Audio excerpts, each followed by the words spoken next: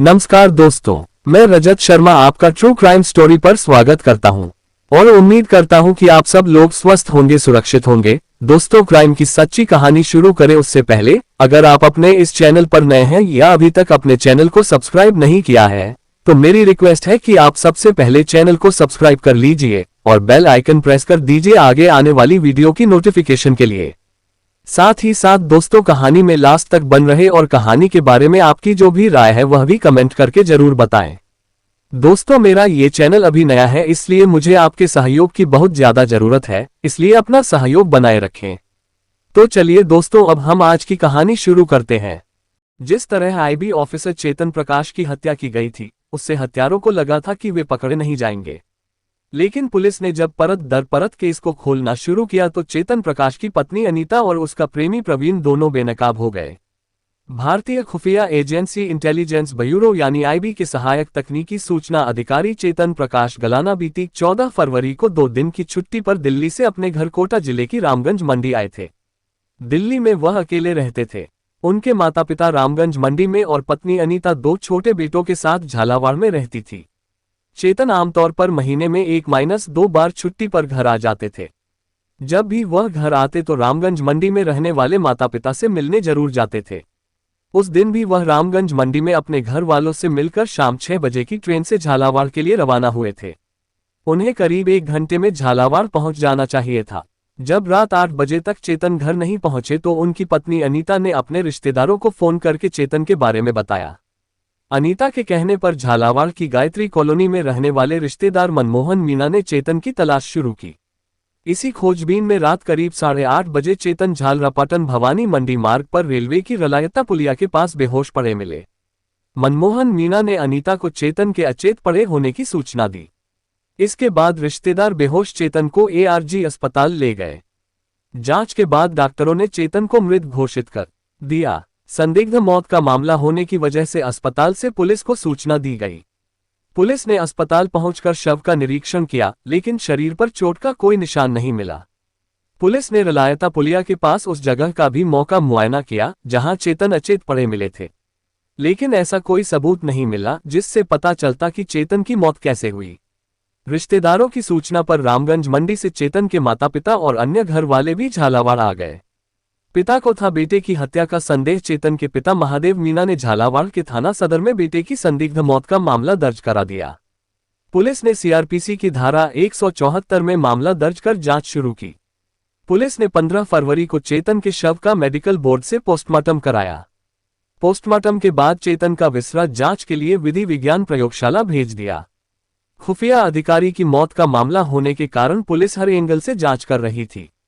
इनमें 3 मुख्य बिंदु थे, पहला हार्ट अटैक, दूसरा आत्महत्या और तीसरा हत्या। चेतन के शरीर पर चोट या हाथापाई के कोई निशान नहीं मिले थे। पोस्टमार्टम रिपोर्ट में भी ऐसा कुछ नहीं बताया गया जिससे मौत का रहस्य खुलता। अब पुलिस के सामने सवाल यह था कि चेतन जब ट्रेन से झालावाड़ आ रहे थे तो वह रलायता पुलिया कैसे पहुंचे और उनकी मौत कैसे हुई।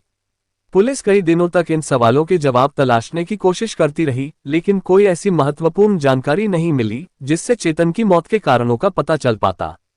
इस बीच चेतन के पिता महादेव मीणा ने अदालत में इस्तगासा दायर कर दिया। इस्तगासे में कहा गया कि चेतन की सुनियोजित तरीके से हत्या की गई है।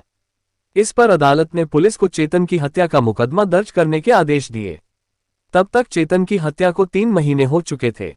अप्रैल के दूसरे सप्ताह में झालावाड़ के सदर थाने में अज्ञात लोगों के खिलाफ आईबी ऑफिसर चेतन प्रकाश गलाना की हत्या का मुकदमा दर्ज कर लिया गया। एसपी आनंद शर्मा ने चेतन की हत्या के मामले का खुलासा करने के लिए एडिशनल एसपी छगन सिंह राठौड़ के नेतृत्व में सदर थाना प्रभारी Sanjay Meena, SI Ajit Moga, head constable Madan Gurjar, Kundar Rathore, Mahendra Singh, Hemant Sharma और कुछ कांस्टेबलों की टीम गठित की। पत्नी को किया गिरफ्तार। पुलिस की इस टीम ने चेतन प्रकाश की दिनचर्या के बारे में पता लगाया। इसके बाद उनके दोस्तों, परिचितों और दुश्मनी रखने वालों को चिन्हित करके उनसे पूछताछ की। इंटेलिजेंस ब्यूरो के दिल्ली कार्यालय में चेतन प्रकाश के साथी कर्मचारियों से भी पूछताछ की गई। पुलिस टीम ने रामगंज मंडी, झालावाड़ रेलवे स्टेशन और रलायता पुलिया के आसपास घटनास्थल का कई बार दौरा करके तथ्यों का पता लगाने का प्रयास किया। साइबर टीम ने कई जगह के मोबाइल टावरों का रिकॉर्ड निकलवाया। साथ ही चेतन के घर परिवार की पूरी जानकारी प्राप्त करके घर वालों से भी पूछताछ की गई। जांच पड़ताल में यह बात सामने आई कि चेतन के अपनी पत्नी अनीता के साथ संबंध अच्छे नहीं थे। इसके बाद पुलिस ने तकनीकी जांच और मुखबिरों की मदद से चेतन की मौत की कड़ियां जोड़नी शुरू की। लंबी चली जांच पड़ताल के बाद 25 जून को पुलिस ने आईबी ऑफिसर चेतन प्रकाश की हत्या के मामले में उनकी पत्नी अनीता को गिरफ्तार कर लिया। अनीता से की गई पूछताछ में चेतन की हत्या की पूरी तस्वीर सामने आ गई। जांच में पता चला कि चेतन की हत्या पुलिस कांस्टेबल प्रवीण राठौड़ ने अपने साथियों के साथ मिलकर सुनियोजित तरीके से की थी। चेतन की पत्नी अनीता भी पति की हत्या में शामिल थी। कांस्टेबल प्रवीण के चेतन की पत्नी अनीता से अवैध संबंध थे। इन संबंधों को लेकर चेतन का अपनी पत्नी अनीता से कई बार विवाद भी हुआ था। चेतन को शक था कि छोटा बेटा उसका नहीं बल्कि प्रवीण का है। चेतन ने छोटे बेटे का डीएनए टेस्ट कराने की बात कही थी। इससे अनीता और प्रवीण को अपने अवैध संबंधों का राज खुलने का डर था। इसी वजह से उन्होंने चेतन को रास्ते से हटाने का फैसला किया। कांस्टेबल प्रवीण राठौड़ ने अपने साथियों के सहयोग से चेतन को मौत के घाट उतारने के लिए 5 प्रयास किए थे। 3 बार की असफलता के बाद चौथी बार चेतन को दिल्ली में उनके घर पर मारने की योजना बनाई गई, लेकिन उसमें भी कामयाबी नहीं मिली। अंततः 5वीं बार वे चेतन को मौत की नींद सुलाने में कामयाब हो गए। कांस्टेबल प्रवीण राठौड़ पहले झालावाड़ पुलिस की स्पेशल टीम में तैनात था। बाद में वह प्रतिनियुक्ति पर भ्रष्टाचार निरोधक ब्यूरो यानी एसीबी में चला गया। एसीबी में भी वह झालावाड़ में ही तैनात रहा। पुलिस कांस्टेबल होने के कारण प्रवीण को आपराधिक पैंतरों की अच्छी जानकारी थी कि हत्या के मामले को साधारण मौत में कैसे दर्शाया जाए, वह अच्छी तरह जानता था। इसके लिए उसने चेतन का अपहरण किया और उसे केटामाइन इंजेक्शन की हैवी डोज देकर मौत की नींद सुला दिया। केटामाइन इंजेक्शन प्रतिबंधित नशीली दवा है। ये बाजार में खुले तौर पर नहीं मिलती। केटामाइन इंजेक्शन अस्पतालों और चिकित्सा संस्थानों में ही काम आता है। खास बात यह कि पोस्टमार्टम रिपोर्ट में भी इस इंजेक्शन के बारे में पता नहीं चल पाता। पुलिस ने व्यापक जांच पड़ताल के बाद चेतन की हत्या के मामले में उसकी पत्नी अनीता के साथ साथ अन्य आरोपियों को भी गिरफ्तार कर लिया। इन आरोपियों से की गई पूछताछ और पुलिस की जांच में चेतन की हत्या की जो कहानी सामने आई वह इस तरह है। झालावाड़ में मंगलपुरा रोड पर रहने वाले रमेश चंद का बेटा प्रवीण राठौड़ जब पढ़ता था तभी से अनीता उसे जानती थी। बचपन के प्यार ने हिलोरे मारे तो बन गई हत्या की योजना। अनीता भी झालावाड़ में रहती थी। पढ़ने लिखने की उम्र में दोनों एक दूसरे को चाहने लगे थे। सन 2008 में अनीता का चयन अध्यापिका के पद पर हो गया। उसी साल प्रवीण राठौड़ की नौकरी भी राजस्थान पुलिस में लग गई। सरकारी नौकरी मिल जाने पर प्रवीण का बचपन का प्यार हिलोरे मारने लगा। उसने अनीता के सामने अपने प्यार का इजहार करते हुए शादी का प्रस्ताव रखा, लेकिन परिस्थितियां ऐसी रहीं कि घर वालों की रजामंदी न मिलने से दोनों की शादी नहीं हो सकी। अनीता से शादी न हो पाने से प्रवीण की हसरत मन में ही रह गई। अपनी अधूरी हसरतों को मन में लिए प्रवीण पुलिस की नौकरी करता रहा और अनीता सरकारी स्कूल में शिक्षिका की। बाद में जनवरी 2011 में अनीता की शादी चेतन प्रकाश गलाना से हो गई। अनीता सुंदर भी थी और पढ़ी लिखी भी। वह झालावाड़ के पास असनावर गांव के स्कूल में नियुक्त थी। परेशानी ये थी कि चेतन की नियुक्ति दिल्ली में थी और अनीता की घर के पास ही, इसलिए दोनों को अलग अलग रहना पड़ रहा था। उनके बीच झालावाड़ से दिल्ली की लंबी दूरी थी। चेतन छुट्टी मिलने पर 15-20 दिन बाद 1-2 दिन के लिए घर आते थे, तभी वह अनीता से मिल पाते थे। नई नई शादी और इतने दिनों का अंतराल दोनों को बहुत खलता था, लेकिन दोनों की ही अपनी अपनी नौकरी की मजबूरियां थीं। उनका गृहस्थ जीवन ठीक ठाक चल रहा था। शादी के कुछ महीने बाद ही अनीता के पैर भारी हो गए। चेतन को पता चला तो वह बहुत खुश हुए। सन 2012 में अनीता ने बेटे को जन्म दिया। पहली संतान के रूप में बेटा पाकर चेतन का पूरा परिवार खुश था।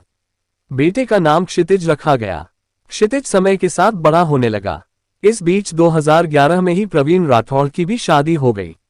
प्रवीण की पत्नी भी पढ़ी लिखी थी। दिसंबर 2014 में प्रवीण की पत्नी का भी सरकारी अध्यापिका के पद पर चयन हो गया। उसकी नियुक्ति भी असनावर के उसी स्कूल में हुई जहां अनीता नियुक्त थी। प्रवीण कई बार पत्नी को स्कूल छोड़ने या स्कूल से वापस लाने चला जाता था। उसी स्कूल में अनीता भी नियुक्त थी। फलस्वरूप अनीता और प्रवीण की फिर से मुलाकातें होने लगीं। इन मुलाकातों का असर यह हुआ कि उनका बचपन और जवानी का प्यार फिर से अपने पंख फैलाने लगा। जल्दी ही दोनों एक दूसरे के निकट आ गए। अनीता को डर था कि उसे प्रवीण के साथ देखकर कहीं उसकी पत्नी और दूसरे लोग गलत न सोचने लगे, इसलिए अगस्त 2015 में रक्षाबंधन पर अनीता ने प्रवीण को राखी बांधी और पति चेतन प्रकाश से उसका परिचय धर्मभाई के रूप में कराया। मिलने के लिए बनाया नया आशियाना। प्रवीण की पत्नी और अनीता के एक ही स्कूल में अध्यापिका के पद पर तैनात होने से चेतन को किसी तरह का कोई संदेह नहीं हुआ। वह पहले की तरह ही अनीता पर भरोसा करते रहे। अपनी नौकरी की वजह से चेतन झालावाड़ में नहीं रह सकते थे। प्रवीण ने चेतन की इस मजबूरी का फायदा उठाया। अनीता और प्रवीण की मुलाकातें गुल खिलाने लगीं। उन दोनों के बीच शारीरिक संबंध बन गए। जनवरी 2017 के बाद वे लगभग रोजाना ही एक दूसरे से मिलने लगे। उस समय अनीता गायत्री कॉलोनी, झालावाड़ स्थित अपने माता पिता के घर रह रही थी। जून 2017 में प्रवीण ने अनीता को झालावाड़ के हाउसिंग बोर्ड में 35 लाख रुपए का नया मकान दिलवा दिया। मकान के पैसे अनीता ने दिए। चर्चा है कि प्रवीण ने अनीता को मकान दिलवाने में दलाली के 10 लाख रुपए खुद रख लिए थे। अनीता हाउसिंग बोर्ड के नए मकान में रहने लगी। प्रवीण इस मकान में बेरोक टोक आने जाने लगा। वहां उसे रोकने वाला कोई नहीं था। बेटा 5-5.5 साल का था। चेतन प्रकाश महीने में 1-2 बार ही आते थे। कभी कभार चेतन के माता पिता भी बहू के पास आ जाते थे। वे भी 1-2 दिन रुक कर चले जाते थे। प्रवीण ने अनीता से बातें करने के लिए उसे एक मोबाइल और सिम अलग से दिलवा रखी थी। प्रवीण से वह इसी फोन पर बात करती थी। इसी दौरान अनीता गर्भवती हो गई। अकेली रह रही बहू के घर में प्रवीण का बेरोक टोक आना जाना चेतन के माता पिता को अच्छा नहीं लगता था। उन्होंने प्रवीण को साफ कह दिया कि वह तभी आया करे जब चेतन घर में हो। उन्होंने यह बात चेतन को भी बताई। चेतन ने भी अनीता को प्रवीण के घर आने जाने और उससे रिश्ता रखने के लिए मना कर दिया। इस बात को लेकर चेतन और अनीता के बीच झगड़ा होने लगा। अक्टूबर 2017 में अनीता ने एक निजी अस्पताल में बेटे को जन्म दिया। इस दौरान प्रवीण भी अस्पताल में मौजूद रहा। चेतन और उसके घर वालों को ज्यादा शक तब हुआ जब प्रवीण ने नवजात के नैपकिन बदले।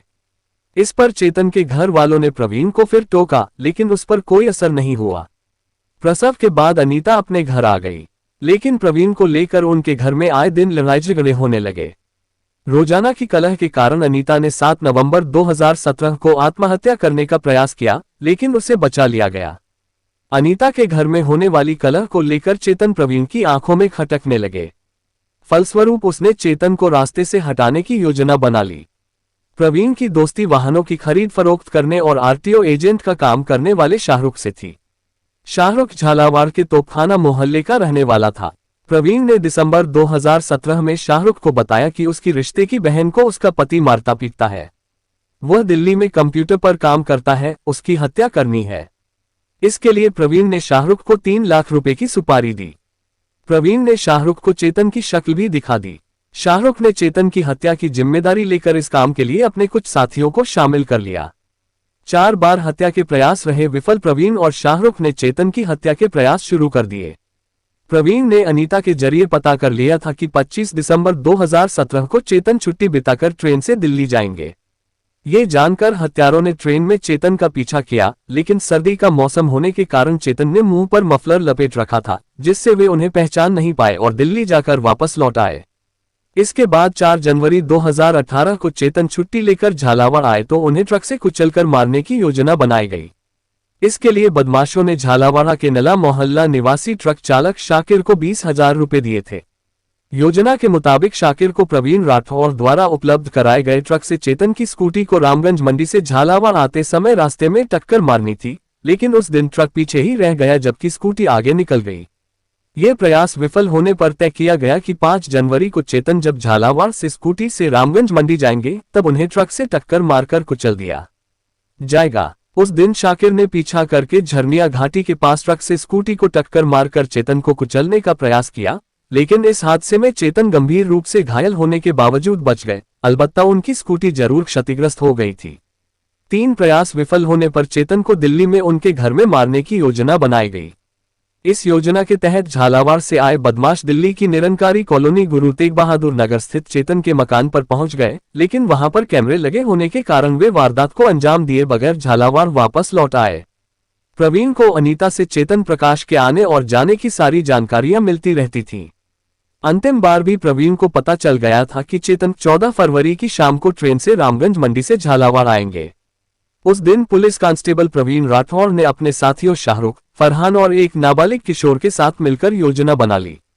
योजना के अनुसार चेतन का झालावाड़ रेलवे स्टेशन से अपहरण करना था, फिर उन्हें केटामाइन इंजेक्शन की हैवी डोज देकर मौत की नींद सुलानी थी। योजना को ऐसे दिया अंजाम। योजना के तहत नाबालिग किशोर शाहरुख को बाइक से सुकेत छोड़ आया। सुकेत से शाहरुख रामगंज मंडी पहुंचा और ट्रेन से ही चेतन का पीछा करने लगा। ट्रेन के पहुंचने से कुछ समय पहले ही उसने मोबाइल पर प्रवीण को झालावाड़ पहुंचने के बारे में बता दिया था। इस पर प्रवीण अपनी कार में फरहान और नाबालिग किशोर को साथ लेकर रेलवे स्टेशन पहुंच गया। स्टेशन पर उन्हें शाहरुख मिल गया। चेतन स्टेशन से पैदल घर जा रहे थे। हाउसिंग बोर्ड के सुनसान रास्ते में चेतन को रोककर प्रवीण ने अपने तीनों साथियों की मदद से जबरन कार की पीछे वाली सीट पर बैठा लिया। वे लोग चेतन को कार से आकाशवाणी के पीछे की तरफ हल्दीघाटी रोड पर ले गए। वहां प्रवीण और चेतन की अनीता को लेकर नोकझोंक हुई। प्रवीण ने कहा कि तुम अपनी प्रॉपर्टी अनीता के नाम क्यों नहीं करते। उसने ये भी कहा कि तुम ये क्यों कहते हो कि छोटा बेटा मेरा है। इस पर चेतन ने कहा कि छोटा लड़का तो तुम्हारा ही है। चेतन के ये कहते ही प्रवीण ने अपने साथियों को इशारा किया। उन्होंने चेतन के दोनों हाथ पकड़ लिए। प्रवीण ने जेब से केटामाइन के इंजेक्शन निकाले और सिरिंज में हैवी डोज भरकर चेतन की दोनों जांघों में लगा दी। इसके बाद उसने चेतन की नाक भी दबा दी। इंजेक्शन लगने और नाक दबाए जाने से कुछ ही मिनटों में उनके प्राण निकल गए।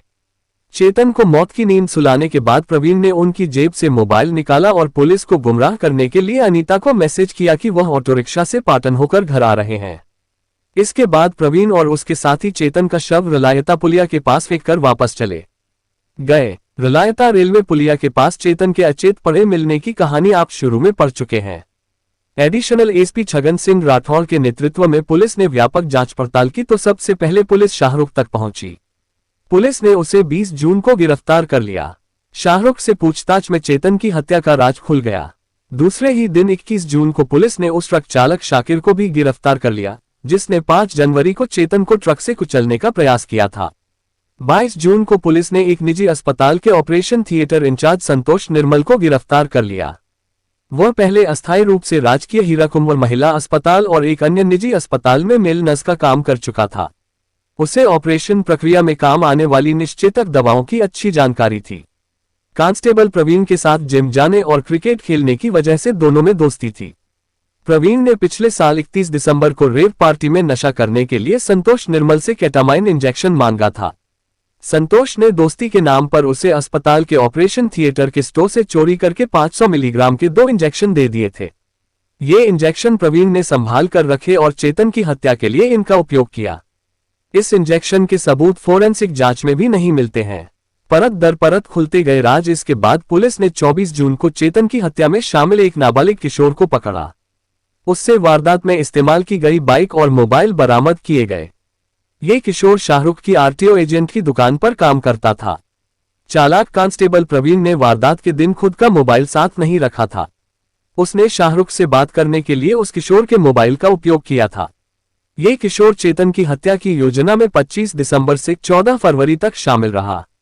शाहरुख पहले इस किशोर को 50 रुपए रोजाना देता था, लेकिन चेतन की हत्या के बाद उसे 150 रुपए रोजाना देने लगा था। पुलिस ने इस किशोर को मजिस्ट्रेट के सामने पेश करके बाल सुधार गृह भेज दिया। चेतन की हत्या में पत्नी अनीता की भूमिका सामने आने पर पुलिस ने 25 जून को उसे भी गिरफ्तार कर लिया। चेतन को दिल्ली से कब किस ट्रेन से आना जाना है और दिल्ली में उसका पता ठिकाना कहाँ है, प्रवीण को यह जानकारी अनीता ने ही दी थी। झालावाड़ से रामगंज मंडी आने जाने की जानकारी भी अनीता ने ही प्रवीण को दी थी। पुलिस ने अनीता के मोबाइल की जांच की तो उसमें चेतन और अनीता के तनावपूर्ण दाम्पत्य जीवन के बारे में कई व्हाट्सएप मैसेज मिले।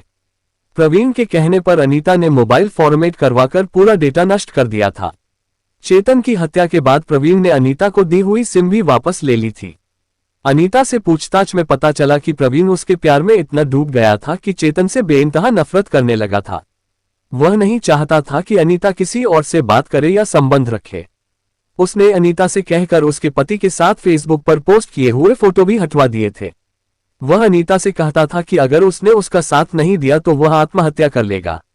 ऐसे में अनीता सही गलत का फैसला नहीं कर पाती थी और प्रवीण के कहे मुताबिक उसका साथ देती थी। चेतन की हत्या के बाद भी अनीता व प्रवीण के संबंध पहले जैसे ही बने रहे। प्रवीण उसे कहता रहा कि पोस्टमार्टम और विसरा की जांच में कुछ नहीं आएगा। इस दौरान दोनों ने कुछ कानूनविदों से भी मशविरा किया था। अनीता ने पुलिस को बताया कि उसके पति चेतन को छोटे बेटे रिवान पर शक था कि वह उसकी पैदाइश नहीं है। इस बात पर घर में कई बार लड़ाई हुई। इस पर चेतन व उसके परिजनों ने बच्चे का डीएनए टेस्ट कराने की बात कही थी। इससे अनीता व प्रवीण के अवैध संबंधों का राज खुलने का डर था, इसलिए उन्होंने चेतन को रास्ते से हटाने का फैसला किया। पुलिस ने 28 जून को झालावाड़ निवासी फरहान को भी गिरफ्तार कर लिया। वह वारदात के बाद से फरार चल रहा था। फरहान भी चेतन की हत्या के मामले में प्रवीण व शाहरुख के साथ था। बहुत कुछ खोया। अनीता और प्रवीण ने जांच में प्रवीण के अलावा झालावाड़ के 2 अन्य पुलिस कांस्टेबलों पर भी शक की सुई घूमती रही। ये दोनों प्रवीण के करीबी थे और चेतन की हत्या में इनकी भूमिका संदिग्ध थी। इस पर एसपी आनंद शर्मा ने दोनों कांस्टेबलों रवि दुबे और आवेश मोहम्मद को 28 जून को निलंबित कर दिया। ये दोनों कांस्टेबल पुलिस की गोपनीय शाखा में कार्यरत थे। प्रवीण भी एसीबी में प्रतिनियुक्ति से पहले इसी शाखा में रहा था, इसलिए दोनों उसके करीबी थे। इन दोनों कांस्टेबलों के खिलाफ जांच की जा रही है। कथा लिखे जाने तक पुलिस चेतन की हत्या के मुख्य सूत्रधार कांस्टेबल प्रवीण राठौड़ की तलाश में जुटी थी। वह 14 जून को सरकारी काम से अजमेर जाने की बात कहकर फरार हो गया था। हत्या के मामले में आरोपी होने पर एसीबी ने उसकी प्रतिनियुक्ति समाप्त कर दी। एसपी ने 1 जुलाई को उसे निलंबित कर दिया था। पुलिस ने सरकारी अध्यापिका अनीता के दुराचरण की रिपोर्ट शिक्षा विभाग को भेजकर विभागीय कार्रवाई के लिए भी लिख दिया है। चेतन की हत्या में गिरफ्तार आरोपियों को रिमांड अवधि पूरी होने पर न्यायिक अभिरक्षा में जेल भेज दिया गया। कथा लिखे जाने तक सभी आरोपी जेल में थे। यह अनीता का त्रियचरित्र ही था कि उसने अपनी हंसती खेलती दुनिया अपने ही हाथों से उजाड़ ली। चेतन की मौत से महादेव के बुढ़ापे की लाठी टूट गई। चेतन प्रकाश के 6 साल के बड़े बेटे क्षितिज के सिर से पिता का साया उठ गया। 8 महीने का छोटा बेटा रिवान भी मां के साथ जेल में है। विद्यार्थियों को अच्छा नागरिक बनने की सीख देने वाली अनीता के हाथ पति के खून से न रंगे होते तो वह जल्दी ही स्कूल की प्रिंसिपल की कुर्सी पर बैठी होती, क्योंकि उसकी पदोन्नति हो गई थी। तो दोस्तों, ये थी आज की कहानी। उम्मीद है कहानी में ऐसा कुछ भी नहीं होगा जो आपको अटपटा लगा हो। कहानी को लास्ट तक सुनने के लिए आपका तहे दिल से शुक्रिया। कहानी के बारे में आपकी जो भी राय है वह कमेंट करके जरूर बताएं। तो चलिए दोस्तों, आज के लिए इतना ही। कल फिर मिलते हैं क्राइम की एक सच्ची कहानी के साथ। तब तक के लिए सेफ रहें, सुरक्षित रहें और अपना ध्यान रखें। जय हिंद दोस्तों, जय भारत।